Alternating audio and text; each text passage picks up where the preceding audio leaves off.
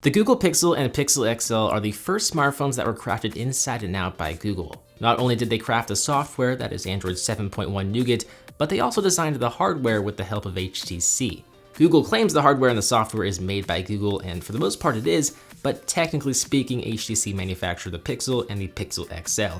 And I mentioned this is the Pixel XL. The only difference between this phone and the Pixel is that it features a larger, more pixel-packed 5.5-inch QHD display.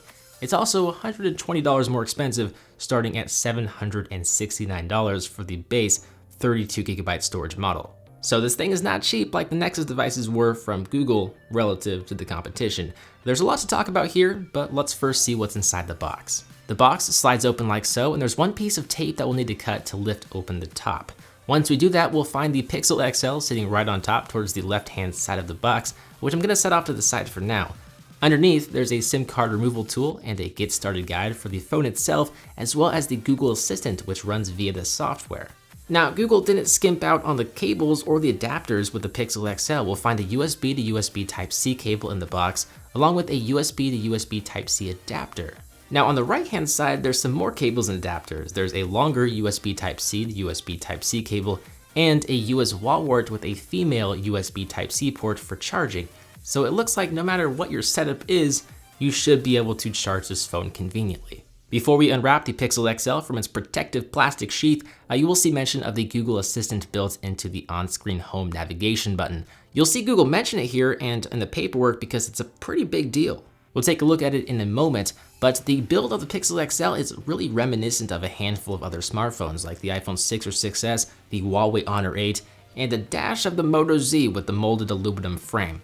You'll see the phone is primarily constructed with metal, and it looks a heck of a lot like an iPhone 6 or 6S with those antenna lines, but what makes me think of something like the Moto Z is that instead of the rounded sides, the sides curve but then kind of flatten out, which actually makes the phone more practical than the iPhone, as it's slightly easier to grip in the hand. But technically speaking, the Moto Z doesn't really feature this flat side here. The most WTF area on the phone is the half Gorilla Glass back that features a fingerprint scanner.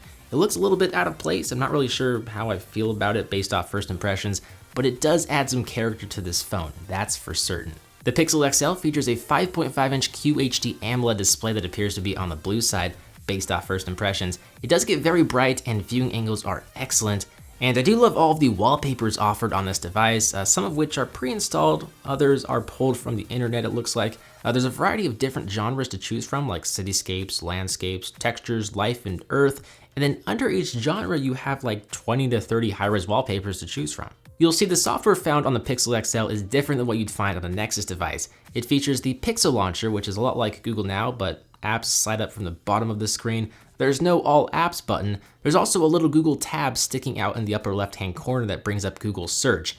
Another thing is that all the icons are round. Well, most of them. For whatever reason, some of the icons aren't, which aggravates my OCD a little bit. But the Google Assistant is essentially like Google Now on tap on steroids. It is now an artificial intelligence that can speak to you, have a conversation with you, and deliver all kinds of information to you, whether that be sports scores, weather information, or movie showtimes. It can even control your phone and open apps for you and set appointments. It's also part of a messaging app called Allo, which we reviewed in depth in a separate video. If we look in the settings, we'll see a support section where you can phone Google for help if you're having problems with this device. You can explore tips and tricks and search for help and send feedback. We'll make a full video about what's new, but that's really the gist of Android 7.1 Nougat. The Pixel XL features a rear-facing fingerprint scanner, and it's just really a fingerprint scanner. There's nothing too special, there's no button or anything, and it works to unlock the phone very quickly. I think it would have been neat of them to incorporate some sort of reprogrammable button here as well to kind of add to its usefulness, but they didn't. The Pixel and Pixel XL are among the first smartphones to feature the new Qualcomm Snapdragon 821 processor, but that's not really saying too much as it doesn't feature any noticeable improvements over the 820.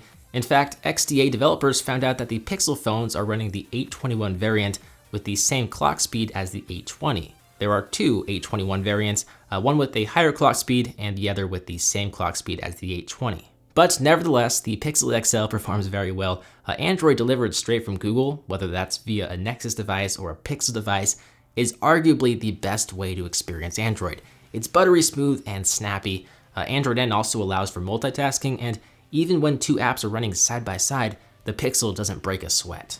The Pixel XL features a 12 megapixel camera sensor with an f2.0 aperture with 1.55 micron meter pixels, but unfortunately no optical image stabilization.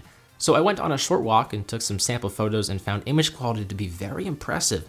DxOMark actually gives the Pixel and Pixel XL the highest rating of any smartphone for its camera performance. That's very promising, and it's something that I'm really gonna have to put to the test for my full review. But it looks great upon first impressions.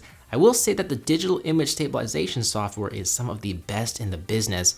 I went walking down the sidewalk with the Pixel XL, and despite there being no OIS, the footage was very, very smooth. I will say the speakers have disappointed me the most with this smartphone. You'd think that considering HTC helped build this phone and the Google Nexus 6B featured front-facing speakers, that the Pixel and the Pixel XL would too, but that's not the case. They're actually bottom-facing and they're decent at best. They sound a little bit muffled though. Battery life is another area that I'm really gonna have to spend more time with to better understand. It does feature a pretty large 3450 mAh battery, and I will say that if you're a moderate to heavy smartphone user, I'd recommend the XL as it features a much larger battery than the Pixel. The Pixel features a relatively small 2770 mAh battery. So this is the Google Pixel XL, the first smartphone made by Google, so they say. $769 is a heck of a lot of money to shell out for a smartphone.